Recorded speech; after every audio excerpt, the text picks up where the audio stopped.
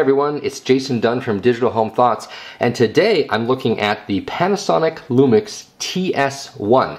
This is an unboxing and first impressions video, so let's dive right in. Now, I'll point out right away that this is a camera that I actually purchased myself, so this is not a PR, loaner unit. And you may be thinking to yourself, if you watched a few of my videos lately, boy, this guy's really buying a lot of cameras lately. Well, having a kid, will do that, frankly. This particular camera is waterproof, shockproof. I'll talk about that a little bit more later. And really, I didn't have a camera that was waterproof, and my son's going to be taking his first swimming lessons, although it's more like floating lessons at his age, and I wanted to have a camera that I could use to take in the pool and take pictures. So there you go. So inside the box we have the manuals, nothing very exciting there. We have quick start guide, we have some software that undoubtedly has some pretty awful software that I'm never going to use. We have the battery charger, and this type of battery charger is the kind that I prefer because it has the flip out prongs. So when you're traveling, this is all you need. You don't need to carry a huge big long cord with you, which the Panasonic GF1, which I looked at previously, it has the big long cable, so I definitely prefer this style. We have a couple of other things in here. We have a little, well, that's interesting. It's like it's a little brush. I'm assuming that's because this camera is shockproof and waterproof and whatnot, that it's going to get dirty, and this little brush is for you to clean it off with. So that's kind of cool. We have two cables inside this little bag here. We have a sync cable, and this is looking at the tip here. Well, that's not micro USB, that's not USB or mini USB. It's something completely different, and it doesn't even look like the same plug from the Panasonic GF1. So I think Panasonic again came up with a completely proprietary plug. I don't know why all these camera companies go out of their way to create their own proprietary plugs. It's kind of irritating, but there you go. So we have a very small battery. It's 940 milliamps, which is pretty good. We have a carrying strap here, and we have the camera itself. So you notice that I ordered it in the rather shocking orange color. It comes in a few different colors. If memory serves, it comes in this orange, it comes in green, and I believe it comes in gray. So why did I order it in orange? I don't dislike orange, but I don't really have a fetish for orange like I do, say, for red. And with this particular camera, I guess my thinking was sort of along the lines of I'm going to be using it in in the water, in potentially on the beach, basically kind of in the outdoors, in places where it might get dropped or something. And because if it's bright in orange, it's going to be easier to find it than, let's say, if it was gray. Gray tends to blend in. Shocking shiny orange doesn't. So yeah, that's why I got it. Now I'm going to pop this open. This is kind of interesting. Yeah, see, so this red stuff right here, there we go. Now you can see it. This red stuff, this is actually a rubber seal.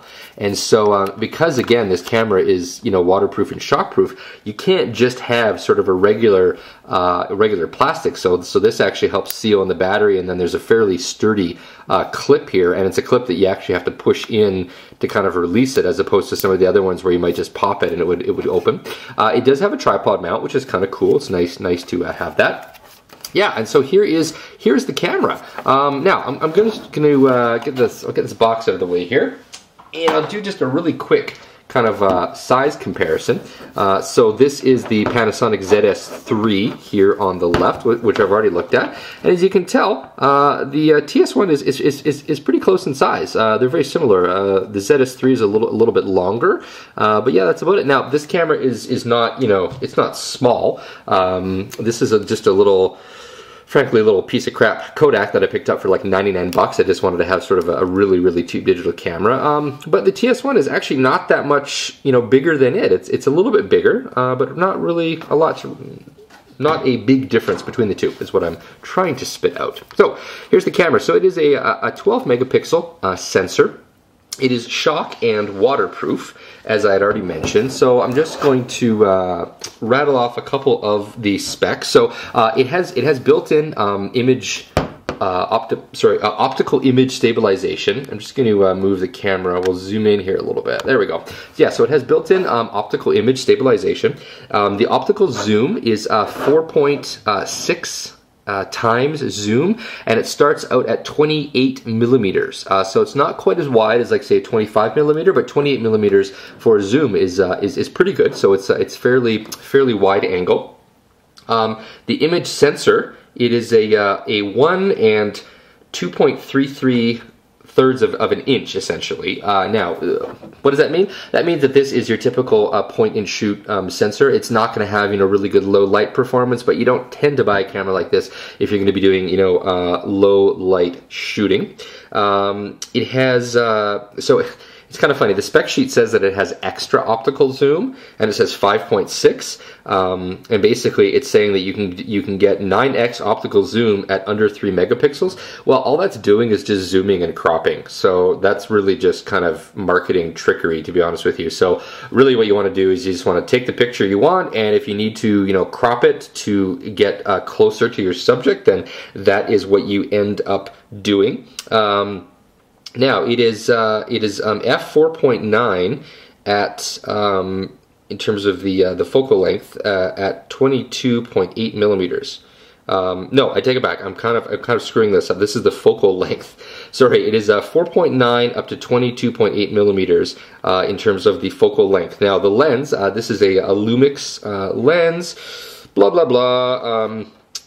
It says the focusing area normally is 30 centimeters, but of course this is going to have a macro mode, so you'll be able to turn that on. One of the reasons that I really like this particular camera was that it has 720p video capture. So again, it has that shockproof waterproof thing. Now this little tag here, this might tell me something interesting about the specs. Okay, yeah, so it's waterproof up to 10 feet. I wasn't sure if it was 10 or 15. So 10 feet. It's shockproof up to 5 feet. And then it has the LCD screen here is 2.7 inches, 28 millimeter, and then 12.1 megapixels, which I've already explained. So why don't I just kind of turn it on here? I'm pretty sure the battery has a charge. Okay, so you can see there it's saying pictures will be recorded to built-in memory. Well, this camera has 40 megabytes of built-in memory.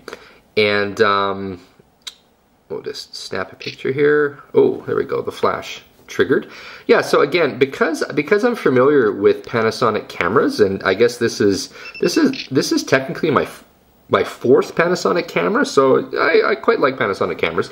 I'm pretty familiar with the menu, the menu system. This big red button here, this records video. So boom, I click on that, and it's recording video to the built-in memory, but again, it's only 40 megs built in, and as you can tell here, I only have 30 seconds left, so I'm going to stop that. Of course, this camera uses micro SD cards. I'm sorry, not micro SD. It uses SD cards, but it supports SDHC. That is what I meant to spit out. So right here at the bottom, this is where you would put in your SD card, and because it supports SDHC, that means that you will be able to plug in up to 32 gigabytes of storage, which of course is a ton of storage. 16 gigs right now are basically the most common in terms of kind of price performance. Yeah, so over on the side here, I'm not actually sure what this is. Oh, I see. So yeah, this is the HDMI out port. There is no cable for it that comes in the box, so you're gonna have to buy that if you want to hook it up to your TV. And then this is the custom cable that I mentioned a little bit earlier. Again, we have rubber seals here, and the whole thing seals tight. There's nothing on this side here. I've already talked about the bottom, and then on the top. The top is kind of interesting. The zoom in and zoom out mechanism is kind of, it's kind of weird. Like you kind of press it, and you're sort of used to feeling it smooth, and this is a little bit like it kind of bounces back. Again, there's going to be a rubber seal underneath that. And it's all part about making the camera as sturdy and as durable as it can possibly be. So that's it for my initial, kind of first impressions look at this particular camera. I'm of course going to be reviewing it. I'm going to be using it. I'll let you know if it's shockproof and if it's waterproof and all of those other particular things. But my first impressions are nice. I think this is going to be a really nice camera to have, and hopefully it lives up to its moniker of being sturdy and durable. So this has been Jason Dunn from Digital Digital Home Thoughts, taking a look at the Panasonic TS1. Thanks for watching. Please rate our video and comment on it.